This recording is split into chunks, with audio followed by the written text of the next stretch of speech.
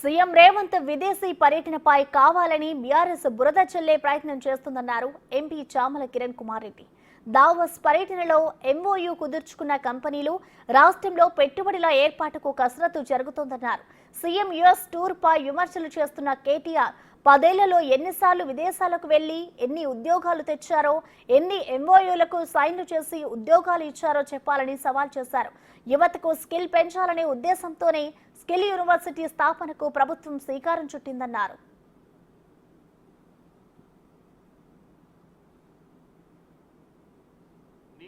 గత ప్రభుత్వంలో 10 ఏళ్ళు ఉన్నటువంటి కేటీఆర్ ఎన్ని ట్రిప్పులు పోయిండు, ఎన్ని ట్రిప్పులలో ఎన్ని ఎంఓయూలు సైన్ చేసిండు, ఎన్ని ఎంఓయూలు మెటీరియలైజ్ అయినాయి, ఎన్ని ఎంఓయూలు మెటీరియలైజ్ అయితే ఎన్ని లక్షల మందికి ఉద్యోగాలు వచ్చినాయి అనేది ఫస్ట్ వాళ్ళకి కూడా చెప్పాలి.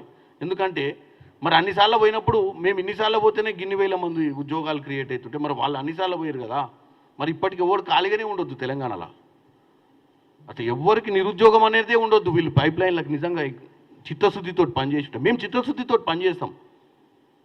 నువ్వు అడిగిన ప్రశ్నకు జవాబు ఇవ్వాల్సిందే. ఎందుకు వితిన్ 6 monthsలో మీకు స్ట్రీమ్ లైన్ అయితే అంటే మనం ల్యాండ్ అలొకేషన్స్, మ్యూచువల్ అండర్స్టాండింగ్స్ ఇవన్నీ కూడా 1 year ప్రాసెస్. ఇది ఈరోజు అమెరికా నుంచి పోగానే వాళ్ళు మన వెనక విమానంలో వాళ్ళు కూడా ఎక్కి రారు కదా సామాన్ వేసుకొని.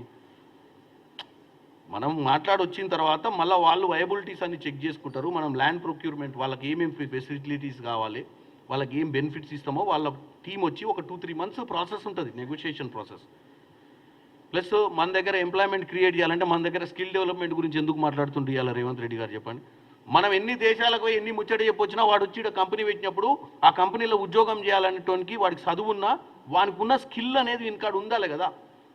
దానికోసమే ఈరోజు మనం స్కిల్ డెవలప్మెంట్ యూనివర్సిటీని తీసుకొచ్చి వీలైనంత వరకు ఈ కంపెనీస్ వచ్చే కంపెనీస్కి వాళ్ళకి కావాల్సిన రిక్రూట్మెంట్ స్కిల్ ఏందనేది చూసి దాన్ని వాళ్ళతోటి మనం అనుసంధానం చేసినప్పుడే ఉద్యోగం 100% ప్లేస్మెంట్ చేయగలుగుతాం. పెట్టుబడులు తీసుకొస్తామని ముచ్చట చెప్పుడు కాదు, దాని వెనుక చాలా గ్రౌండ్ వర్క్ చేయాల్సి ఉంటుంది. ఒక మనిషిని ఉద్యోగంలో పెట్టాలంటే ఇప్పుడు నేను ఇంజనీరింగ్ చదువుకుంటా, నాకు ఉద్యోగం ఇవ్వాలంటే నాకు ఇంజనీరింగ్ సర్టిఫికేట్ ఒక్కటే సరిపోదు. సర్టిఫికేట్తో పాటు వాళ్ళు చేసేటువంటి ఏదైతే జాబ్ ప్రొఫైల్ ఏంది, దాంట్లో నేను సూట్ అవుతున్నా లేనా, నా స్కిల్స్ సెట్ అయితే లేదా అని చూసుకోవడానికి ఈరోజు రేవంత్ రెడ్డి గారు అంత ఆలోచించే ఈ స్కిల్ డెవలప్మెంట్ యూనివర్సిటీ పెట్టి అంత ఇండస్ట్రియలిస్ట్ మహేంద్ర గారిని తీసుకొచ్చి ఇప్పుడు దానికి చైర్మన్ చేసి ఒక ఫోకస్డ్ ఉండాలని చెప్పి ఆలోచనతోటి ఒక ప్రక్రియ చేస్తున్నాం.